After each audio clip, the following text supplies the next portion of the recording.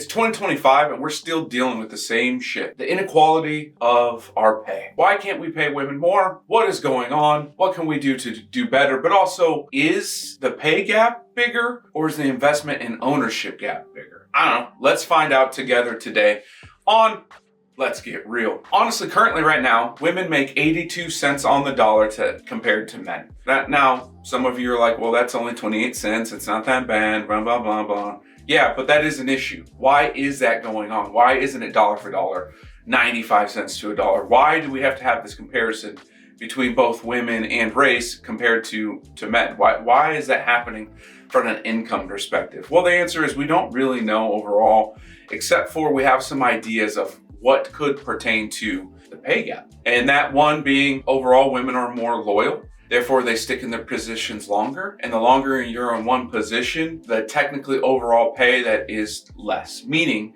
if I was to stay in one job for a long time, my pay raises would occur. That's cool. I would be getting paid more. But if I went to take that same position that I was in and I went to a new company, I would actually get a higher pay raise. And that's why we're seeing this new generation, if you will, newer generation, this new method of instead of being loyal to a company for 30 years, you're there for a couple and then you move on and you move on. Well, that's what's happening is the pay is increasing as you go because the talent continues to happen. So we got women, one, being more loyal, therefore that is not occurring as well. Two, having the lack of confidence to stick up for yourself and say, I deserve this amount of money for what I'm doing for my position. I'm a badass, I'm the best you got, so you're going to pay me accordingly, or I am gonna go to this other company and work as well. And then third, you've got the whole, hey, having a kid thing, right? And for some reason, companies put that on as a risk thing, and therefore they will pay women less because of maternity leave, because of the ability that maybe a woman will not want to come back after having a child as well. And so now you've got a accumulation of all of these things, right? Overall, just loyalty, lack of confidence in terms of asking for more money, the maternity and caretaking, giving abilities to not only their own children, but their parents, maybe their spouse's parents, just the fundamental root of being a woman in caregiving. All three of those things are going against women when it comes to the pay gap. Which gets me into even the bigger piece here. That bigger piece is for every dollar a man owns of investments, stocks, etc., only 32 cents of that dollar are invested or owned by women. That's a massive gap.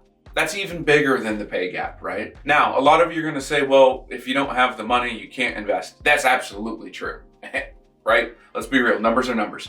If I'm making less than you, that means I have less to put into investments and ownership as well. But also just underroot fundamental take that we have spoke about on previous episodes is that men are always taught to figure it out, to take more risks, and to go get it done. Women are held back to take care of, plan out, and make sure things are rooted. And from an investment standpoint, that also happens the same exact way. Women are less likely to go invest in the stock market, for example, by about double less than what men do, right? And so when you take all of those into factor, yeah, women are going to invest and own less things from that perspective. Now, why is that? Well, aside from what I just talked about from previously with the confidence, the understanding, the loyalty, is they don't have a long history of being able to vote and be involved with investments to begin with. Let's be real here. It's only 1970, I think, 1971, where women were allowed to have a credit card. That's not, 50 years ago, 54 years ago. That's not very long. So they don't have the understanding and the whole process of how investments work on top of it. Now, we are seeing a massive trend of that shifting. And with this whole movement of money and shifting of wealth, we are seeing that trend uptick a lot. So you stay tuned and watch out for that one. So now what can women do? What should women be doing in terms of affecting their investment ability, their pay gap ability, and overall? Well, it all starts with one, truly understanding who you are and having a correct value of yourself. I know we talk about that all the time. You see me spew that across podcast episodes and all over the interwebs, if you will. But it's true. If you understand your true value and understand what value you bring to others or to a business or whatever, then you can attest and have that confidence in yourself, but also confidence in what you're speaking about in order to achieve what you want, right? That's a lot of big words and jargon for basically say, hey, stick up for your damn self, tell them what you're worth, ask for it. If they don't give it to you, leave, move on. That's first. The second, once you know that value and all of those things, your moving parts, is just more education and building a trust with someone who can help out. Now, granted, most financial advisors are white guys. Let's be real. White men make up a predominant of our financial advisory group. Therefore, it's going to be harder to find someone to relate to, but there are many out there, and it is a growing population. The minority and the women CFPs are continuously growing. So it's just a matter of finding the right resources to find so. And if you need to, reach out to me, right? Go to nobswealth.com. Go ahead and look up the resources and vetted partners. There are amazing planners out there. We can get you in touch with them as well. The third is you're going to have to take the risk. Inherently, I know it goes against the gut feeling of what women want to do, but you're inherently going to have to take that risk. In investments, there is risks. Not investing, there are risks.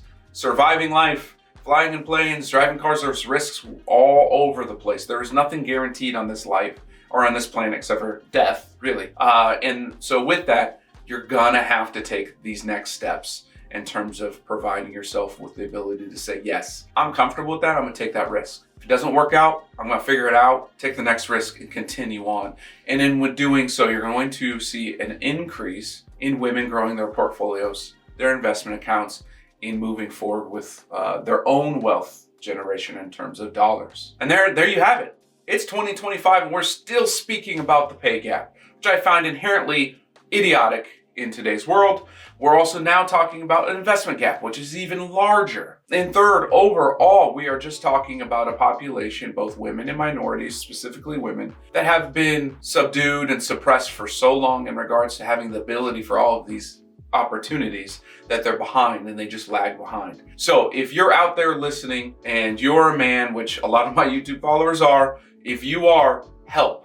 Reach out and help. Do not demean. Reach out, help, and help us provide more confidence, more education resources, and more opportunities for investments for our women. On the next episode of Let's Get Real, where should we go? Comment. Ask us questions. What content do you want to provide from a no bullshit, unhinged black CFP like yourself, or like myself, Stoy Hall? Stay tuned.